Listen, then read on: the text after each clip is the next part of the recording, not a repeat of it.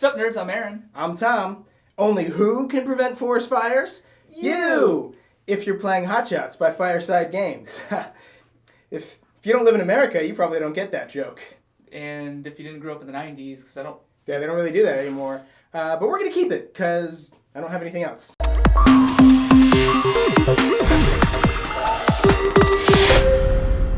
So Fireside, for me at least, is I know them for making a lot of cooperative games. Yeah, you may have heard of Castle Panic that we have a review for. Or Dead Panic. Or Munchkin Panic.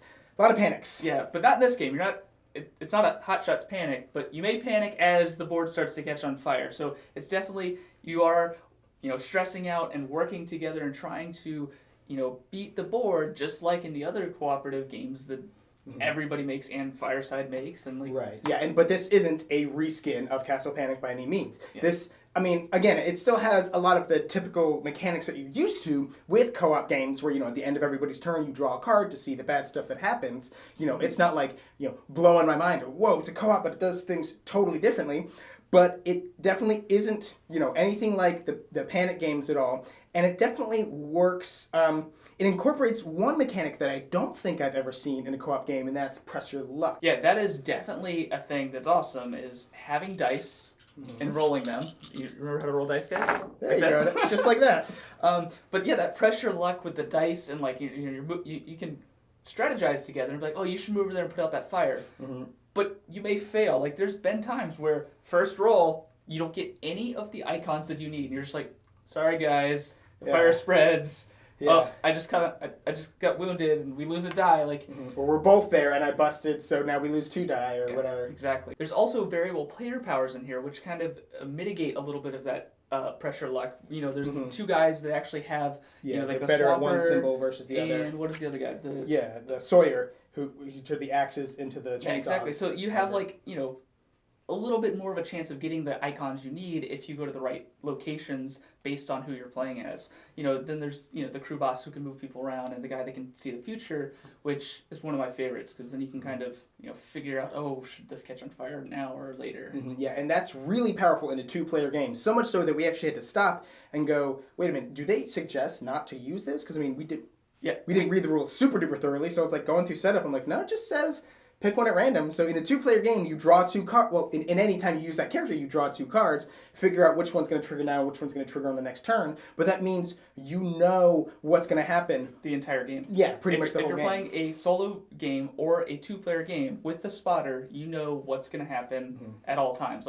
Or at least a turn ahead. You're like, okay, this is going to happen now. This is going to happen on the next guy's turn. So you can really, really plan. Yeah. And you said a solo game because if you do a solo, it's kind of a variant where you control, at least 2 characters. And that does kind of give me, a jumping off point to what I will say is, I don't want to say it's a flaw, but it is something I noticed, is that while this game is balanced in a sense, they do the mechanic where at the end of everybody's turn, we're going to draw 1 card in order to see what bad stuff happens. So it's at the end of everybody's turn. So if it's 4 players, we're drawing 4 cards, 2 players, we're drawing 2 cards and whatnot. So it does balance to a degree, but it is definitely better the more players you have because how getting to one side of the board or not. Correct. It's so much harder if you're both over here.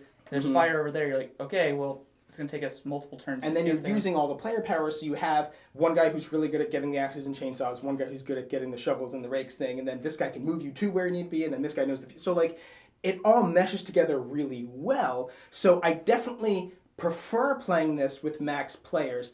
It's not a game where I'm like, you never want to play with 2 players, but it is a very different game between 4 and 2 It's players. a lot more difficult usually. It does come down to the luck of the cards and luck of the dice. There is luck, but in a 2-player game, you do have to work together and strategize a lot harder, I feel. Yeah, so if you're finding this game too easy, you're playing the 4-player game, you find it a little too easy, you can actually, there's some additional rules to make it harder. Or if you're finding it is too hard, there's some rules to make it a little easier. Depending on the way you set up the board, depending on just the way you trigger the end game. Okay, well, let's make it where we have to lose every tile to lose the game. Instead of just 8. Yeah. And I'm not saying not to say that the game is too easy or too hard. I do kind of found that when we win, we crush, and when we lose, we get crushed. It could be this like chasing where you're like, okay, we just got crushed. Let's make it easier. And you're like, wow, we just crushed the game. Let's make it harder. Oh, we just lost the game. Yeah, we just got crushed. So you're just like, where's the happy medium here, right? Just play the regular game, I guess. I know, but I do like that they added the variants in there. Like especially you can change the tiles just to make it look different. I think they're even. Let me see.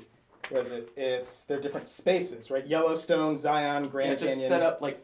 Spread differently, so it's harder to get. Not everything's the same distance from each other. Right. And I don't know these places that well, but I don't know if that. I guess that's kind of like the Grand Canyon because it's a big, long. Imagine a canyon down the center. But all of this kind of leads us to believe that there's going to be expansions. And there should be expansions. This game kind of screams expansions to me. And we were even talking about just like. By playing it a couple of times, we're looking at it and we're saying, what expansion options could there be? Okay, think about like when you get a video game and it comes with like almost mandatory DLC. You know what I mean? It's kind of like they give you just enough to where you feel satisfied that it's a full game, but it totally could have been a lot more. There could be way more tiles because you use pretty much every tile. There could be way more player powers because it's a 4-player game and they only give you 4 players. There could be... Actually, I'm pretty satisfied with the diversity of the tokens and stuff. But if they came up with new player powers, you could put tokens that also work with that. Mirror them. Because a lot of these tokens mirror the actions that the player powers already have. So if you came up with new player powers, you might want tokens to kind of like spread that love around. Yeah, and we were even talking, there could be like a rivers expansion where there's a lot more tiles, so the board is a lot bigger, everything's spread out, but it's a lot of water, so everything's supported, so I guess it's a little bit easier. There could be like an extra kind of dice that instead of having all the symbols on it, it only has a couple, and there's ways that you could earn that die. Wes even said, we got a chance to take a look at this at Gen Con when we were looking at the designer. We were looking at it with the designer. We were like, hey Justin, you look good. Justin, you look good. You can check out the video and see how raunchy it got. But we were talking to Justin, and Wesley suggested, like, ooh, do you think there could be, an expansion where you have, like, a pyromaniac who's, like, against you and stuff? And the thing is, all of those, Wes's idea might be a little bit, out of left field. But traitor, yeah. Yeah, but all of those ideas are usable, just to say that this game has an awful lot of design space in it. You can go a lot of places with it. Just like we've seen with Castle Panic that has 4 expansions for it, I think this one could definitely have lots and lots of expansions coming out in the future. So, Fireside, if you use any of those expansions, we're going to get a cut of that. Yeah, especially the Pyro one. Except Wes didn't come up with that, I did. Verbal contract, what day is it? So for me, the only thing this base game really is missing is miniatures instead of these sandies. But, I think it's a complete great game overall. Yeah, I mean, so that is the only complaint I really do want to have, other than the fact that I feel like it should have had more in the box. It's not so much a complaint as much as it's an observation, right? It's a pretty cheap game. I think it's like, again, we're going to have a link down there, so they might alter the price there, but I think it's somewhere around like $30-ish in America. In the game, though, it does seem like there are some components that are a lot better than others, so you can tell that in order for them to keep that price point down, they kind of shift their priority. Like these fire tokens are awesome, the dice are engraved, and they're super duper cool, but everything else, like the regular tokens, which even like the main tiles and stuff, are a little bit on the thin side. It's not that bad, but it's kind of noticeable, and the cards are definitely pretty thin, and they're also kind of awkward size for sleeving. Like a lot of the regular sleeves that I had, I couldn't find anyone that would fit these, so I was a little confused about that. Yeah, so maybe one day they'll come out with, an upgrade pack to give us minis, or, the one upgrade I would love the most is an LED light to, like, stick into all of these and, like, illuminate the fire. That'd be super awesome. Because it definitely can do that. They're made transparent. Justin showed us that at Gen Con, and then I tried it out with my phone, and it definitely does light up. I was saying if this game really does well over the next couple of years and they come out with all these expansions, maybe we might see like a deluxe version where it you just get the game with all of the expansions that they have out at that time, and it does come with light up fire. With those. That would be, I would totally get that. I would be first in line to get that, because I do want to say I thoroughly enjoy Hotshots. I in our Castle Panic review, I said that I really liked it as an intro co-op game for people because the rules are pretty simple to understand right at first.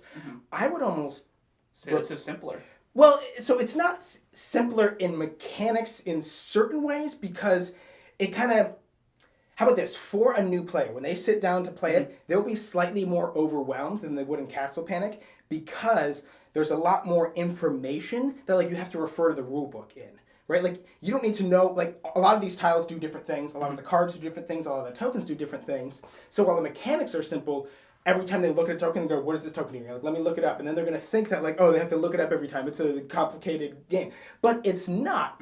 But because it does have that slightly more like meatiness to it, I'd more prefer to introduce somebody to this game just to kind of, again, throw them right in the deep end. Like, no, it's not gonna be that easy. Yes, we're gonna look at what these tokens are up in the thing. And yes, every time I'm gonna have to explain it to you, but you're gonna see that that's not that big a deal, so we can get into bigger games. I can really, you can hit the ground running. It's definitely more meaty, like you said, because it's thematic in a way. Like, but you can feel like, oh, I'm a firefighter. I'm moving around and putting out fires. Like, you can kind of visualize the things you're doing as you're moving around the board and doing this stuff.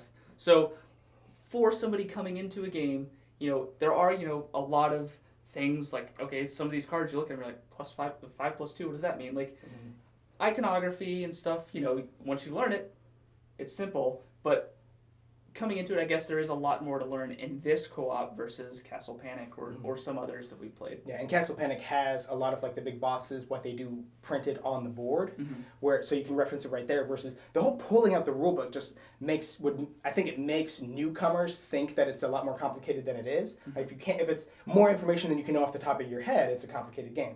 But it really isn't. If you're new, if you're a newcomer, if you're a new gamer, or if you have a lot of friends who are new gamers, I highly recommend that you click on the purchase link down below and get yourself a copy of Hotshots. Hey, and while you're down there, don't forget to subscribe so you'll never be bored.